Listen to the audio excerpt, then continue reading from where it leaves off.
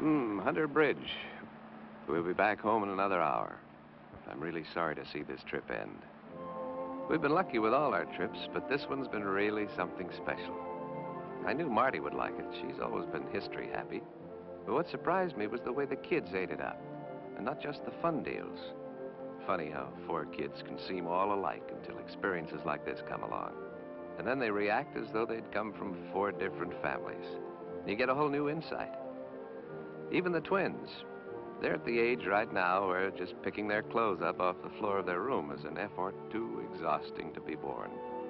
But what they did in their first hour in Washington, well. My friends, Virginia's 6th Congressional District. Washington, you know, is a living monument to those who have fought and are fighting and have died and are dying today for our freedom. Historic avenues lined with trees mark great moments in our heritage, provide access to some of the most stirring monuments in the memory of our nation. Massive buildings belonging to the people of America, all of the people of America, are the byways to every visit.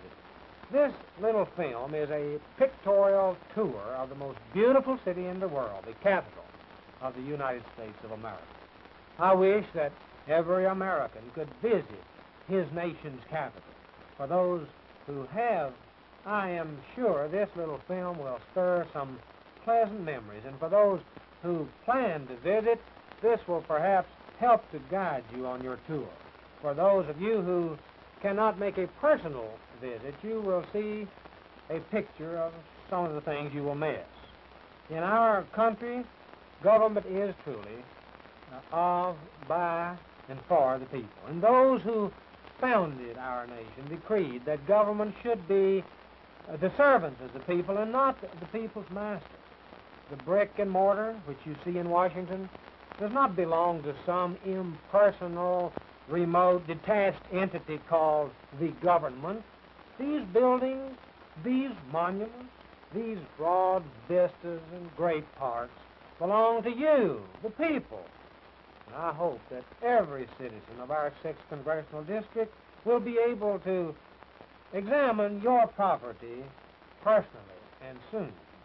When you do visit your nation's capital, please be sure to come by our offices, which are located across Independence Avenue from the Capitol building. I will be pleased to make necessary arrangements for you to visit the galleries of the House of Representatives and the Senate of the United States, and indeed to assist in every way I can to make your trip to the nation's capital an enjoyable visit. Now let's join the family which is touring the nation's capital.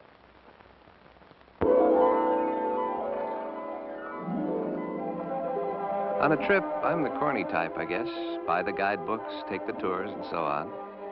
And one thing I do in any new place is head for the highest spot in town to see how it lays out. And that's where the twins did what they did, and whom they did it to was me. Daddy, Mama can take the elevator. Let's us go up the stairs. What do you bet we can run all the way up without stopping?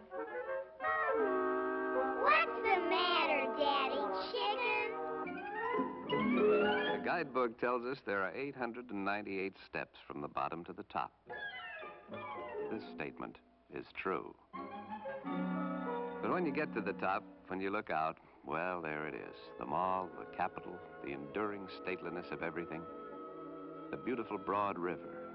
All their lives, the kids will remember this as their city, which, they being Americans, it is. If George Washington was the strong father of his country, you might say Thomas Jefferson was its wise uncle, because it was largely he whose thoughts and words, commissioned by the Continental Congress in 1775, set the fledgling nation on the road to greatness. We hold these truths to be self-evident, that all men are created equal, that they are endowed by their Creator with certain inalienable rights. Among these are life, liberty, and the pursuit of happiness. That to secure these rights, governments are instituted among men. Nearby in the National Archives, guarded for our children and our children's children from every known hazard, is preserved the original Declaration of Independence, together with our Constitution and the Bill of Rights, on open view to we the people. To those who have lived their good lives under their protection, and those who still have their lives to live. All men are created equal. These being more than just words, our nation's progress and triumph has been tempered at times with struggle and heartbreak. And in the high company of the founders belongs the man born without advantage, except equality of opportunity, a young rail splitter, become lawyer, become leader. Abraham Lincoln, this was the tired man who had to say, and this was the gaunt hand that wrote the enduring words. 87 years ago, our fathers brought forth on this continent a new nation, conceived in liberty and dedicated to the proposition that all men are created equal. And that government of the people, by the people, and for the people shall not perish from the earth.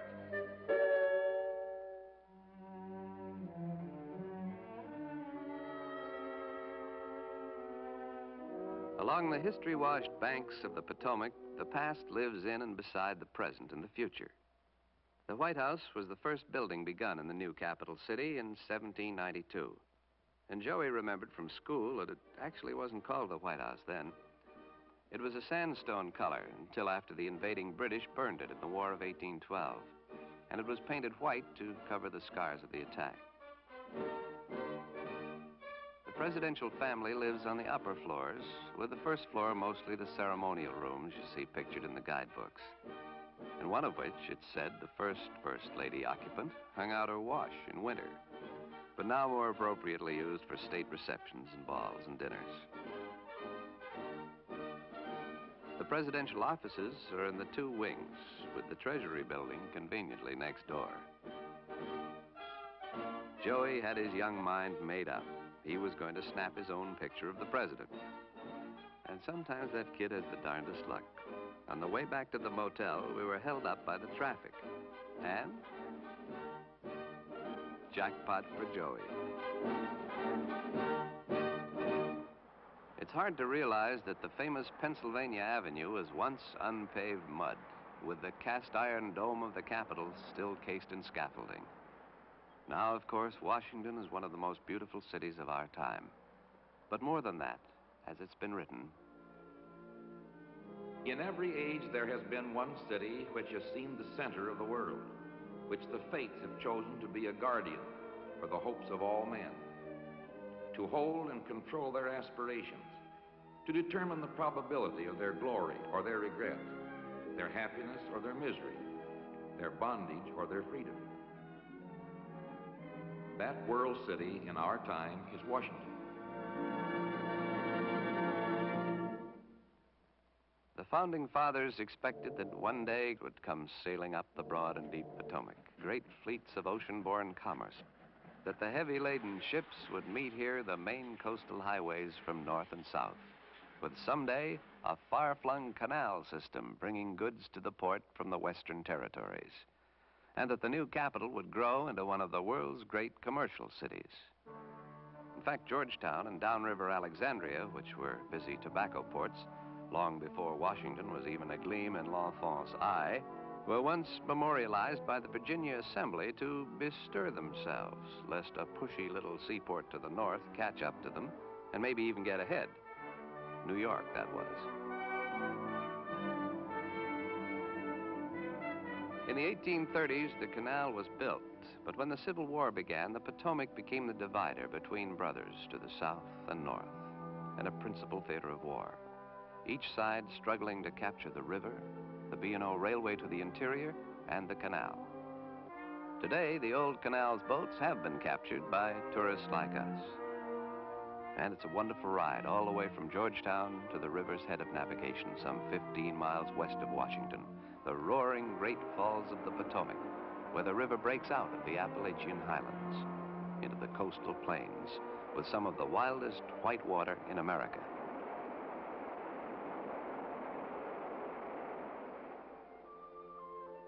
There's so very much to see and do in Washington that you welcome an occasional interlude of calm and serenity. Well, anyway, the parents do. While the kids ride horses or head for the zoo, and for that, it's Rock Creek Park, a quiet wooded valley that winds through almost the middle of the bustling city.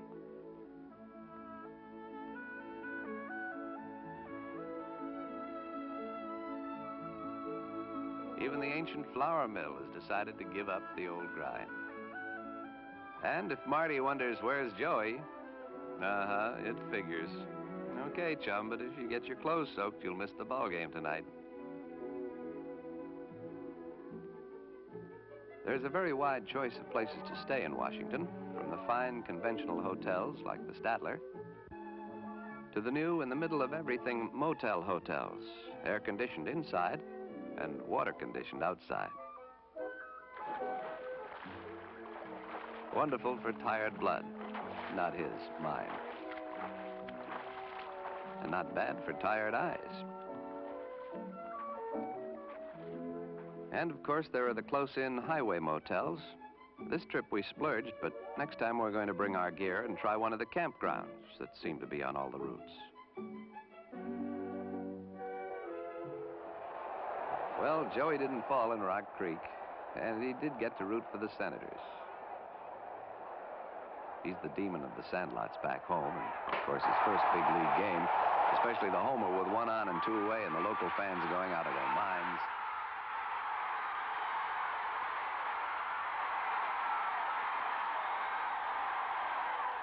He was a lucky kid. And lucky me that I was with him when it happened.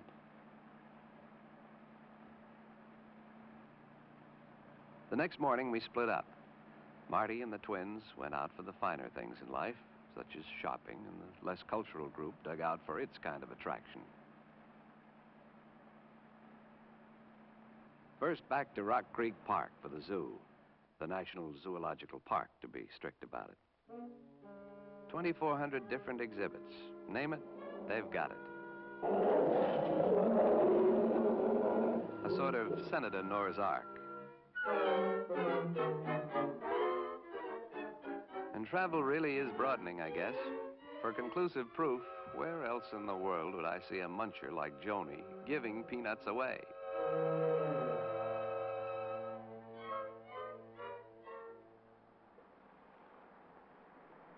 High on the list of any red-blooded TV watcher is the FBI. Academically, I realize that the Department of Justice probably carries on certain other activities, but what my brood wanted to see were items like the real-life crime lab with vital clues bubbling in the test tubes, and the agents down in the basement firing range. These men are highly educated. Hold it a second.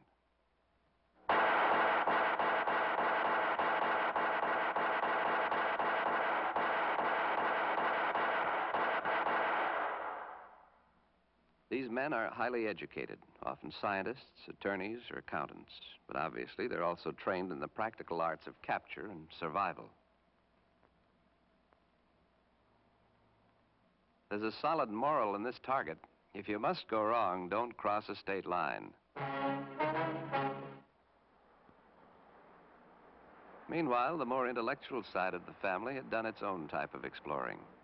Marty paints a little, and the National Gallery of Art has one of the world's great collections of sculpture and paintings by the great masters of all the important schools from the 13th to the 19th century. A wireless earphone brings the guide lecture to those who want it without disturbing the serious artists and students.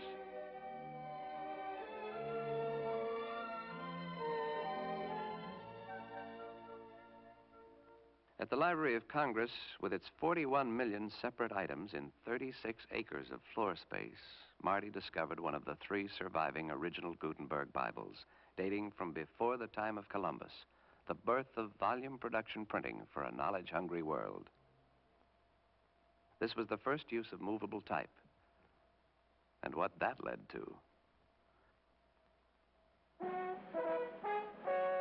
And finally, the must for all people of culture, for students of literature and people like us who just happen to like Shakespeare. The Folger Library. there's a beautiful little model of London's original Globe Theatre. The drive-in of its period, you might say, because Shakespeare in his own time was popular entertainment. And it contains about everything Shakespearean you can think of, except the bard himself in a guide's uniform.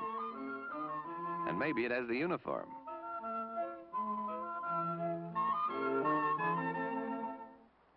Comes midday, there's one bond shared by everyone in this center of culture and government, by diplomats, workers, and tourists alike: lunch.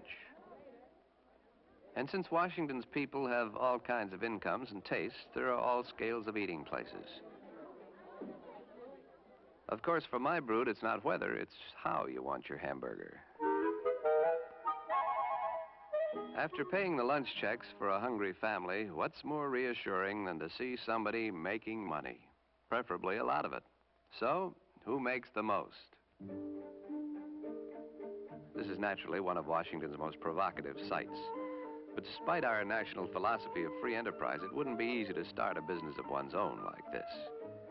For one thing, they use very special papers and special inks blended here at the Bureau, which they make sure are very hard to come by.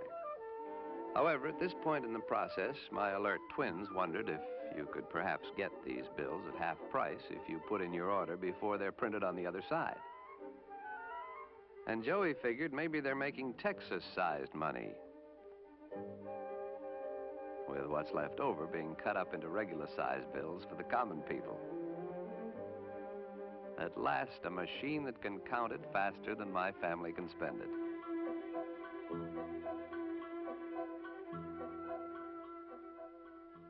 Among the functions of the 50-building complex known as the United States Naval Observatory is keeping track of what time it is, because a surprising number of modern-day activities are dependent upon knowing the exact instant of time. Exact, that is, to the microsecond. To this end and others, the Naval Observatory is one of the foremost astronomical workshops of the world. And while both the 12-inch and 26-inch telescopes, balanced as delicately as a fine watch, are mostly used for photographing the eternally changing heavens, visitors are not only permitted, but welcomed. Now, here's my idea of a museum, the Smithsonian Institution. Not institute, by the way, institution. They're very particular about that. It's also known as America's Attic because of the diversity of the 51 million items stored in its several buildings. Though the best-known exhibits probably are those from the fields of engineering and industry. A prime attraction is this moth-like little plane that was the first to fly solo across the Atlantic the year I was born, piloted by Charles Lindbergh at the then breathtaking speed of about 100 miles per hour. And near it, another pioneering vehicle, Alan Shepard's space capsule, which traveled literally out of this world 1,000 times as fast. I wonder what changes Joey will see in his lifetime. There are working models here of an infinity of things mechanical. And in the mind of everybody who goes through here, old and young, is the same thought. Someday he'll come back here when he can spend a week, or 2, or 3. At the Historical Wax Museum, history takes on personality. All sorts of significant personages from America's past are here, reproduced with sometimes startling fidelity. There's Mark Twain, proving that the rocking chair is no new thing. There are Jefferson Davis and Stonewall Jackson, Dr. Einstein, and Lafayette visiting Washington. There's Lee's surrender to General Grant, and the unforgettable event which followed it so tragically soon.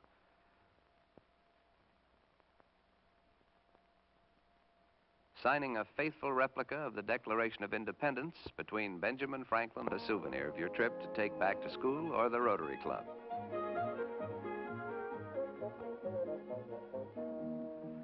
One odd item our kids are taking back to their Sunday school class is a tall tale about a real mosque. The Islamic Center, the only mosque in the United States, built in accordance with Muslim custom to face faraway Mecca. And their tall tale is of having to take their shoes off before going to church. Not far from the mosque, as befits the city's cosmopolitan character, is the great Gothic pile of Washington Cathedral, one of the 6 largest churches in the world, which has been building for 50 years. And each of the stained glass windows which light its eternally peaceful interior tells its own inspiring story of ageless faith and love.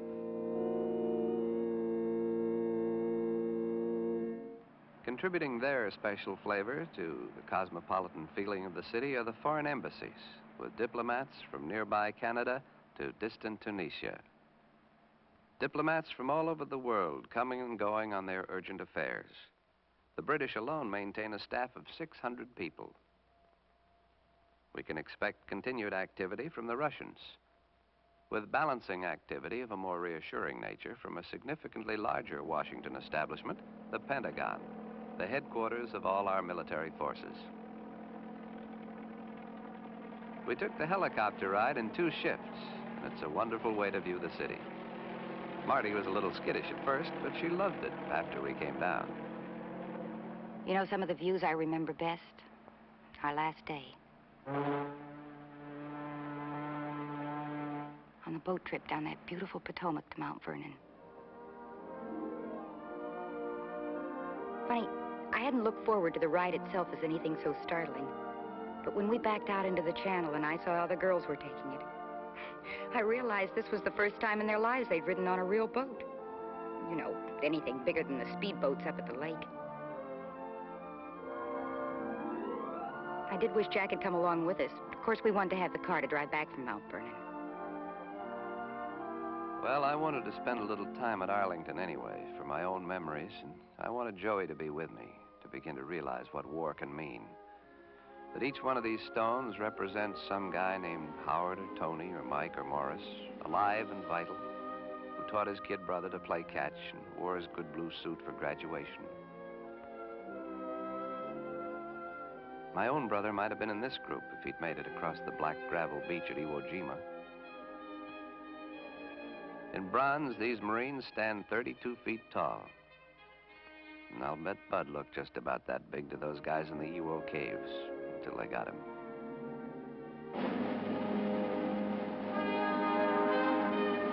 To the tomb of the unknown soldier, every visiting dignitary comes under military escort to pay his formal respects. The one we saw was the head of one of the new African nations.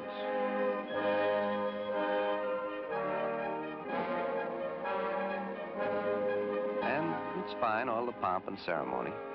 But I look on it not so much as a tomb, as a temple for every American who loves his country and is grateful to his fellows who've given their lives to preserve it through its long and glorious history.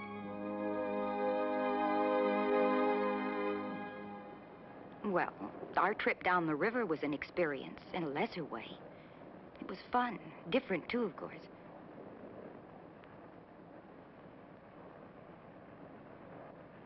And it was one more experience for the girls' memory shells. They could see for themselves how in the early days, the river was sometimes the only road the southern farmers and planters could travel to ship their crops, to keep in touch with one another.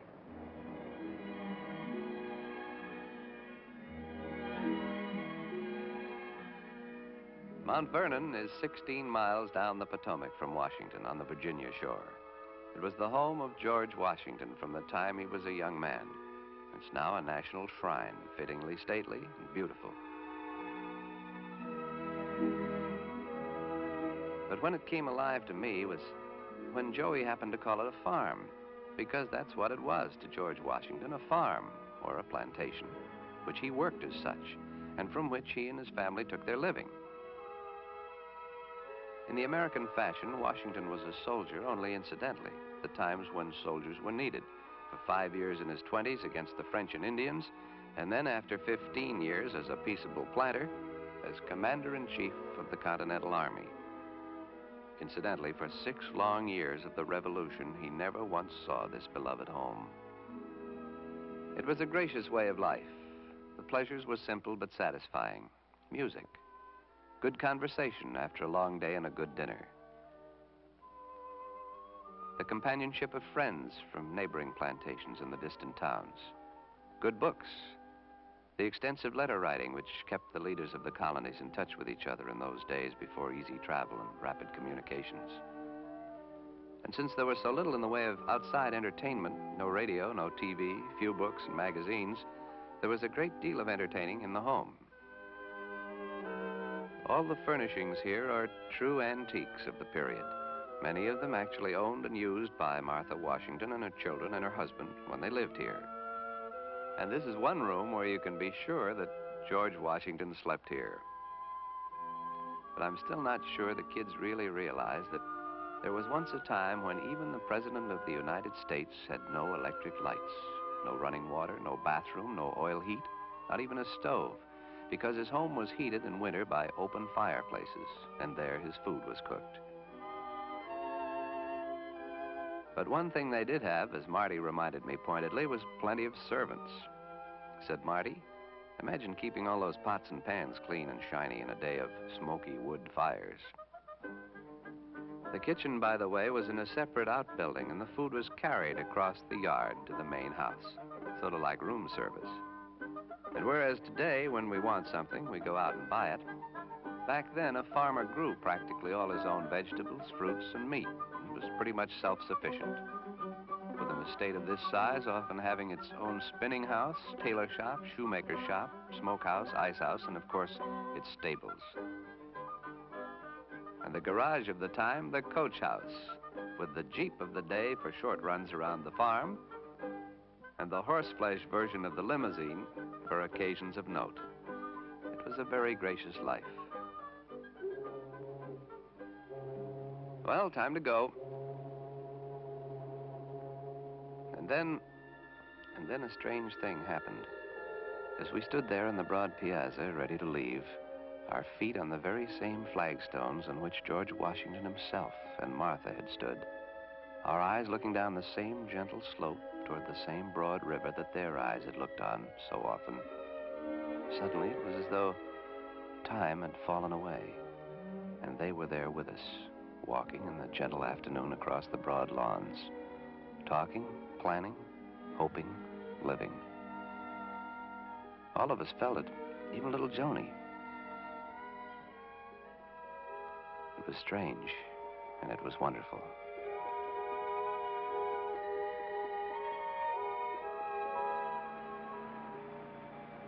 Well, it's about over. In another few minutes, we'll pull in the driveway and herd 4 sleepy kids into the house, into a home. A home that might not be here, certainly wouldn't be as secure and as happy if it weren't for the great things we've looked on and the great men we've come to know these past few days.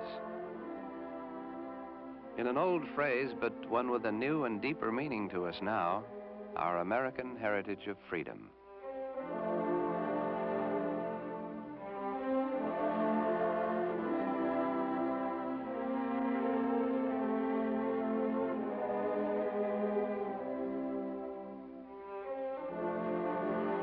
In every age, there has been one city which has seemed the center of the world.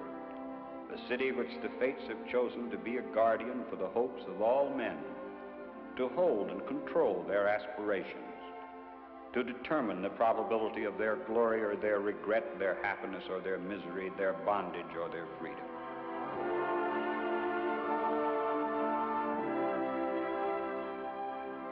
That world city in our time is Washington.